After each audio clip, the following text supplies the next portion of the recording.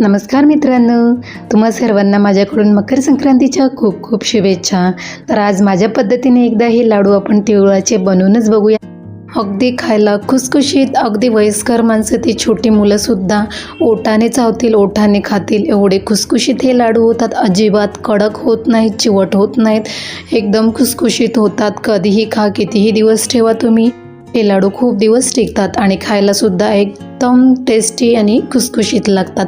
चला तर मग ही आजची माझी रेसिपी ट्राय करून बघूया आणि तुमच्यासोबत शेअर करूया। आता मी ते तीळ घेतलेले आहेत। आता हे तीळ मी अनपॉलिशवाले तीळ घेतलेले आहेत, पाव किलो म्हणजे 250 ग्राम साधारण। आणि तेवढंच सेम प्रमाणात मी सेंद्रिय गूळ घेतलेला आहे। जेवढे तीळ घेणार आहात तेवढेच गूळ घ्यायचे। आता इथे मी शेंगदाणे फक्त पाववाटी घेतले।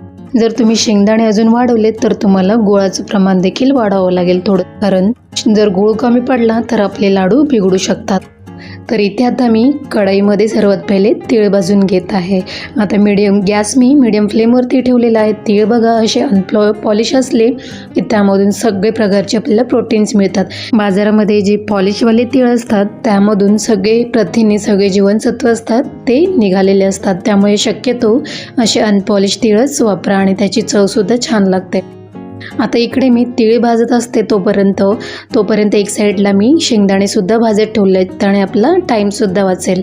त्यामुळे एक साईडला मी शेंगदाणे भाजून घेते आणि एक साईडला सोबतच तीळसुद्धा भाजत आहे। मध्ये मध्ये शेंगदाण्याकडे सुद्धा लक्ष असू द्या। आता तीळ पहा छानपैकी भाजले गेलेले आहेत।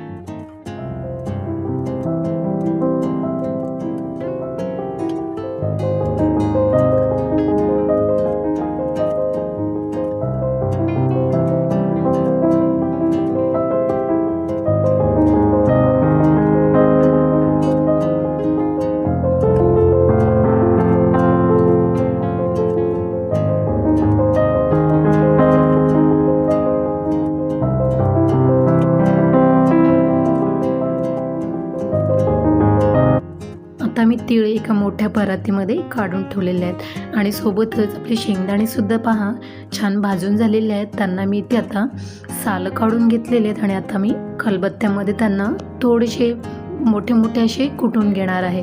जास्त पण बारीक नाही करायचे, आपल्याला थोडे थोडे असे अर्धे अर्धे दाणे ठेवायचे। तिथे पहा मी या पद्धतीने अर्धे दाणे म्हणजे आपल्याला 50% आपल्याला त्यांना कूट करून घ्यायचं आहे।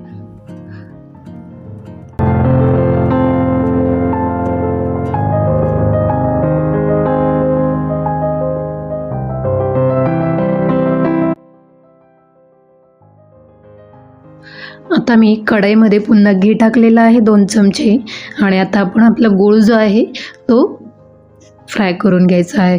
गुळाला मस्तपैकी असं वितळवून घ्यायचं। असं वितळालं पूर्णपणे की पूर्ण 2-3 मिनटंच फक्त आपल्याला असं फ्राय करून घ्यायचं। जास्त गूळ फ्राय करून नका घेऊ, नाहीतर मग आपले लाडू कडक होऊ शकतात। इथे पहा अजूनही आपला गूळ रेडी नाही झालेला आहे। गूळ पसरतोय पाण्यामध्ये म्हणजे परफेक्ट नाही झाला आहे। अजून मी याला 1-1.5 मिनटं असंच फ्राय केलेलं आहे।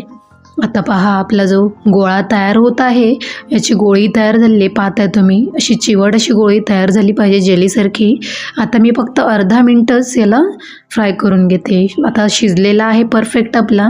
मग आता आपण गॅस बंद करायचा आहे पटकन आणि आपण याच्यामध्ये मी जे तीळ होते त्यांना क्रश करून पल्स मोडवरती मिक्सरला वाटून घेतलेले आहेत। आता मी थोडीशी अर्धी वाटी तीळ बाजूला काढले होते आणि बाकीचे मी मिक्सरला लावले होते। आता यांना आपण गुळामध्ये मस्तपैकी मिक्स करायचे आणि मी दुसऱ्या पॅनमध्ये थोडीशी अजून पाववाटी तीळ गरम करून घेतले आहेत, म्हणजे भाजून घेतलेले आहेत तीळ तळतळेपर्यंत। आता हे कशासाठी वापरणार आहे तीळ मी तुम्हाला दाखवते पुढे। आता आपण यामध्ये शेंगदाण्याचं कूट देखील घालूया। मस्तपैकी मिश्रण एकजीव करून घ्यायचं आहे आणि आता मी जे थोडंसं सारण ठेवलं होतं मी तिळाचं ते सुद्धा ॲड केलेलं आहे आणि जे मी तीळ तुम्हाला म्हटलं होते पाववाटी आपण काढून ठेवले होते ते सुद्धा आता आपण यामध्ये घालूया, म्हणजे ते दिसायला सुद्धा छान दिसतात। याने काय होतं, आपण जेव्हा मिक्सरला जे लावलेलं असतं त्याने आपल्याला बाइंडिंग मिळते आणि जे आपण शिल्लक ठेवतो अख्खे तीळ त्याने आपले लाडू दिसायला छान दिसतात आणि लाडू वळायला सुद्धा खूप सोप्या पद्धतीने वळले जातात। आता हे लाडू वळताना आहे ना आपल्याला अगदीच गरम गरम वळायची गरज नाही आहे. कधी आपल्याला चटके मिळतात तर चटके भाजून घ्यायचे, आपल्या हाताला चटके घ्यायची गरज नाही आहे. कोमट असं झालं की तुम्ही वळायला घ्यायचे, एकदम इझिली वळले जातात. एकदम सोपी पद्धत आहे. अशा पद्धतीने नक्की ट्राय करून बघा. तुम्ही इझिली सगळे लाडू शेवटपर्यंत अगदी पीठ आपलं सारण थंड झाल्यावर सुद्धा तुम्ही वळवू शकता. आता पहा इथे छान मी तिळगुळ तयार करून घेतलेला आहे, सहजपणे वळता येत आहेत. आता याला मी जे तीळ आपण भाजून घेतले होते त्यामध्ये मी याची कोटिंग करून घेणार आहे. याने काय होतं आपले लाडू दिसायला अतिशय सुंदर दिसतात. पहा किती छान सुरेख दिसत आहेत. एकदम ब्राऊन ब्राऊन तिळगुळ आणि त्याला वरती व्हाईट कलरची तीळ, एकदम छान कोटिंग दिसत, कॉम्बिनेशनच एकदम परफेक्ट दिसत आहे. दिसायला एकदम सुंदर दिसतात. तुम्ही नक्की ट्राय करा असे लाडू. असे बांधून झाले की त्यांना असे कोट करून ठेवत जा लगेचच. थोड्या वेळाने जर लावायला गेलात तर ते तीळ आपले चिपकणार नाहीत, म्हणून वळल्या वळल्या लगेचच आपल्याला कोटिंग द्यायचे आहे त्यांना. या पद्धतीने तुम्ही करून पहा, तुम्हाला खूप आवडतील. अशा पद्धतीने मी सगळे लाडू वळून झालेले आहेत. माझे लाडू साधारण पाव किलो तीळ आणि पाव किलो गुळामध्ये माझे साधारण 40 ते 50 लाडू बनलेले आहेत. मी ते आता तुम्हाला प्लेटमध्ये जेवढे राहिलेले आहेत तेवढे दाखवत आहे. ते पहा किती सुंदर दिसत आहेत हे लाडू, कारण याला आपण वरनं भाजलेल्या तिळाची सुद्धा कोटिंग दिलेली आहे, त्यामुळे अतिशय छान दिसत आहेत. आणि हे लाडू खायलासुद्धा तेवढेच खुसखुशीत आणि एकदम टेस्टी लागतात. अगदी लहानांपासून मोठ्यांपर्यंत अगदी वयस्कर माणसंसुद्धा इझिली खातील एवढे हे लाडू खुसखुशीत होतात. बघा तुम्ही, अजिबात कडक होत नाहीत, अजिबात चिवटही होत नाहीत. अगदी कितीही दिवस तुम्ही यांना हवाबंद डब्यात पॅक करून ठेवा. अशा पद्धतीने लाडू नक्की ट्राय करून बघा, नक्की आवडतील तुम्हाला. जर माझी आजची रेसिपी आवडली असेल तर मित्रांनो एक लाईक नक्की करा, त्याने मला अजून उत्साह मिळेल.